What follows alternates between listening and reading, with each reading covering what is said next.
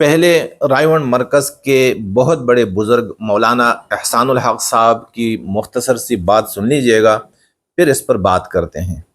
آج ساری دنیا مصائب کا گھر بنی ہوئی ہے اور سارے انسان پریشانیوں میں گرفتار ہیں۔ اس کی واحد وجہ یہ ہے کہ مسلمانوں نے اللہ کے بتائے ہوئے دین اسلام کو پوری طرح اختیار نہیں کر رکھا۔ دین کا کچھ حصہ ہے اور دین کا اکثر حصہ ان مسلمانوں نے چھوڑ دیا ہے، جس کی وجہ سے اللہ نے پریشانیوں کے دروازے پہ دروازے کھولے ہوئے ہیں۔ بھائیوں، آپ نے مولانا احسان الحق صاحب کی بات سنی، جس میں حضرت یہ فرما رہے ہیں کہ دنیا میں مصیبتیں اس لیے آ رہی ہے کہ امت رسول صلی اللہ علیہ وسلم نے نبیوں والا کام یعنی تبلیغی کام چھوڑ دیا ہے۔ اور کس طرح دنیا سے مصیبتیں رخصت ہوں گی، تو اس کا واحد نسخہ انہوں نے یہی بتایا کہ جب پوری امت رسول صلی اللہ علیہ وسلم تبلیغ والے کام پہ آئے گی تو پھر اللہ تعالی دنیا سے مصیبتوں کو ہمیشہ ہمیشہ کے لیے رخصت فرما دیں گے۔ میرے بھائیوں، مولانا احسان الحق صاحب رائیونڈ کے بہت بڑے بزرگ ہیں۔ ان کے والد صاحب وہ پوری جماعت، جو تبلیغ کی جماعت ہے، پورے پاکستان کے امیر گزرے ہیں۔ اور آج کل اگرچہ برائے نام مولانا نذر الرحمن صاحب امیر ہیں تبلیغ کے، مگر سارے اختیارات مولانا احسان الحق صاحب کے پاس ہیں۔ مولانا احسان الحق صاحب میاں والی کے ہیں اور ان کا گھر بھی رائیونڈ میں ہے۔ میرے محترم دوستو، بھائیوں، میرا مولانا احسان الحق صاحب یا کسی بھی فرد کے ساتھ کوئی ذاتی جھگڑا نہیں ہے، کوئی ذاتی عناد یا بغض نہیں ہے۔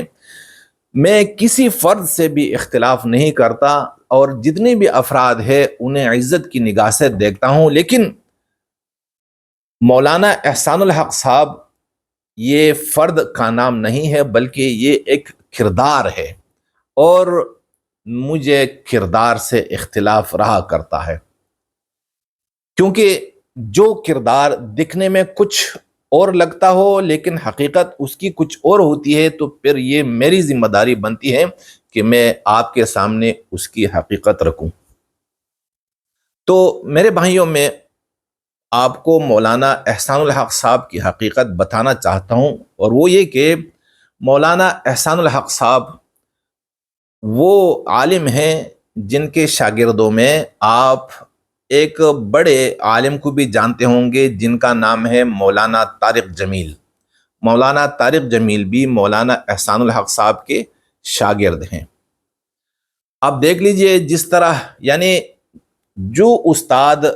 اتنے بڑے ہوں اور اتنے اللہ والے ہوں، تو پھر شاگرد کا کیا حال ہوگا، یہ تو آپ ہی فیصلہ کر سکیں گے۔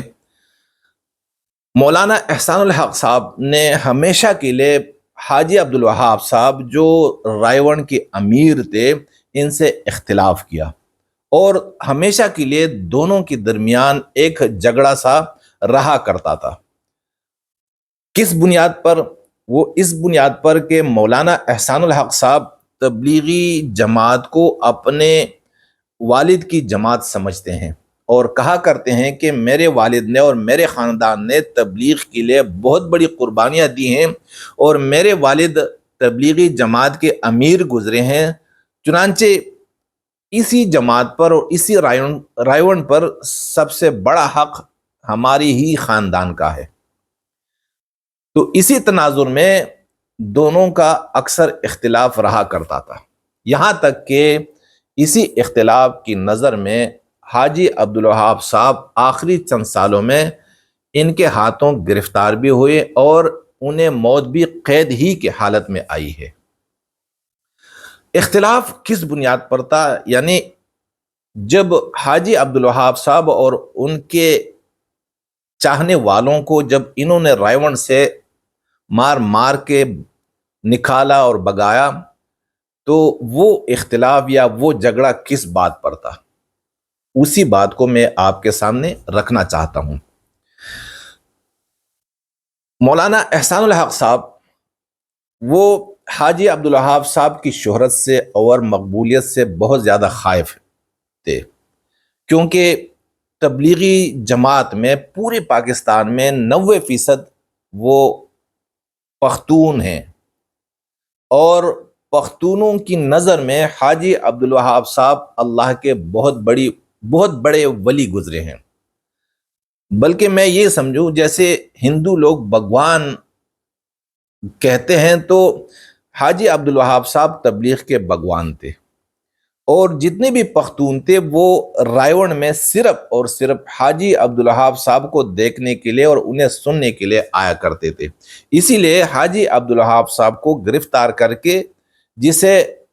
غیر محسوس قیدی کہا جاتا ہے کہ انہیں محسوس نہیں ہوتا تھا لیکن وہ قیدی تھے، تو اس لیے ان کو رائیون سے نہیں نکالا، کہ اگر وہ انہیں نکال دیتے اور حاجی عبدالوہاب صاحب کہیں بھی بیٹھتے تو سارے پختون وہیں جاتے جہاں حاجی عبدالوہاب صاحب ہوتے۔ تو اسی ڈر کی وجہ سے انہوں نے رائیون میں مولانا احسان اور ان کی گروپ نے، ان کے چاہنے والوں نے حاجی عبدالوہاب صاحب کو قید کیے رکھا، یہاں تک کہ انہیں موت بھی آئی۔ میرے بھائیوں، جھگڑا اسی بات پر تھا کہ حاجی عبدالوہاب صاحب اور مولانا سعد جو نظام الدین کے بڑے ہیں، ان کے درمیان مولانا احسان اور کچھ مولویوں نے اختلاف برپا کر دیا۔ اب انہوں نے مولانا سعد صاحب کو ماشاءاللہ رائیون بلایا اور پھر ان کا اکرام کیا، یہاں تک کہ مولانا سعد صاحب سے مولانا احسان صاحب نے درخواست کی کہ ہمارے جو علماء حضرات ہیں یہ کاروبار نہیں کرتے، تو آپ ان کو ترغیب دے دے تاکہ یہ کاروبار میں آ جائے۔ تو مولانا سعد صاحب نے علماء کو ایک خطاب کیا، اور اسی خطاب میں مولانا سعد صاحب نے یہ فرمایا علماء حضرات کے سامنے کہ آپ لوگوں نے، یہ خطاب صرف علماء کے سامنے تھا، کہا کہ آپ حضرات نے حضور پاک صلی اللہ علیہ وسلم کی تجارت پڑھی ہے، آپ کو یاد بھی ہے، آپ پڑھاتے بھی ہیں، لیکن آپ بازار میں نہیں جاتے، آپ مارکیٹ میں نہیں جاتے، کیونکہ آپ تجارت ہی نہیں کرتے۔ تو مارکیٹ میں جو لوگ تجارت کرتے ہیں، یعنی مارکیٹ یا بازار پر جن کا قبضہ ہے، وہ رسول پاک صلی اللہ علیہ وسلم کی تجارت سے بالکل بے خبر ہیں۔ اسی وجہ سے بازار میں فریب اور خیانت اور نقلی چیزیں جو ہیں وہ آ رہی ہیں۔ اگر آپ لوگ تجارت میں آئیں، پھر آپ بازار اور مارکیٹوں میں جائیں گے، تو کیا ہوگا کہ آپ بازاروں اور مارکیٹوں میں رسول پاک صلی اللہ علیہ وسلم والی تجارت کریں گے، تو اس سے عوام الناس کو ایک فائدہ ہوگا۔ مولانا سعد صاحب نے بڑی اچھی بات کہی علماء کے سامنے۔ اسی دوران مولانا احسان الحق صاحب نے ایک کتاب سی لکھی تھی جو پرنٹ نہیں ہوئی تھی، اور وہ کتاب انہوں نے اسلامی تجارت کے نام پہ لکھی تھی۔ جب ان کے سامنے کوئی آتے تھے ان سے ملنے کے لیے، زیادہ تر بڑے لوگ آتے ہیں، امیر لوگ آتے ہیں، تو یہ ان سے یہ کہا کرتے تھے کہ بھائی بینکوں میں پیسے مت رکھیے، یہ تو سودی کاروبار میں آپ کے پیسوں کو لگاتے ہیں، اور اسی وجہ سے لوگ جہنم میں جا رہے ہیں۔ لوگ پھر پوچھا کرتے تھے کہ بھائی کہاں رکھیں گے پیسے؟ تو اسی سوال کے جواب میں انہوں نے ایک منصوبہ بنایا کہ کیا کہا جائے ان کو جواب میں کہ کہاں پیسہ رکھنا ہے۔ تو انہوں نے مضاربہ کے نام پہ ایک تجارت شروع کی کہ جو 1,00,000 روپے ان کے پاس جمع کرائیں گے تو ہر مہینے 5,000 روپیہ یا 10,000 روپیہ ان کو منافع ملتا رہے گا۔ کاروبار کہاں ہے؟ تو کاروبار ملیشیا میں ہے، وہاں پر پانی کی فیکٹریاں لگی ہیں، اور وہاں سے پیسہ آئے گا اور پھر آپ کا پیسہ وہیں پر خرچ ہوگا، یعنی آپ کی شراکت